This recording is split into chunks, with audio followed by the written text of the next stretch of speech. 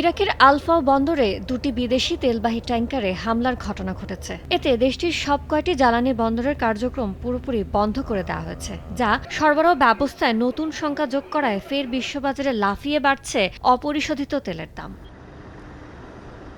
বৃহস্পতিবার সকালে ব্রেন্ট ক্রুডের দাম প্রায় 10% বেড়ে ব্যারেল প্রতি ঠেকেছে $100, আর ওয়েস্ট টেক্সাস ইন্টারমিডিয়েটের দাম ব্যারেল প্রতি 8.5% বেড়ে দাঁড়িয়েছে $94।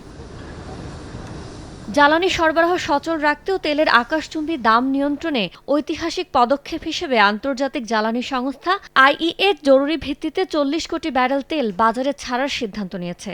32টি সদস্য দেশের সংস্থাটির রাতারাতি এমন ঘোষণায় জোরালো প্রতিক্রিয়া হিসেবে ইরান ইরাকের তেলবাহী ট্যাংকারে হামলা চালিয়েছে বলে মনে করেন বিশ্লেষকরা।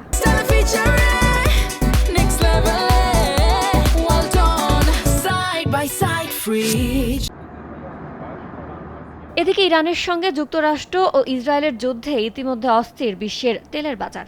এমন পরিস্থিতিতে বিশ্বকে অপরিশোধিত তেলের দাম ব্যারেল প্রতি $200 ওঠার জন্য প্রস্তুত থাকার হুঁশিয়ারি দিয়েছে ইরান।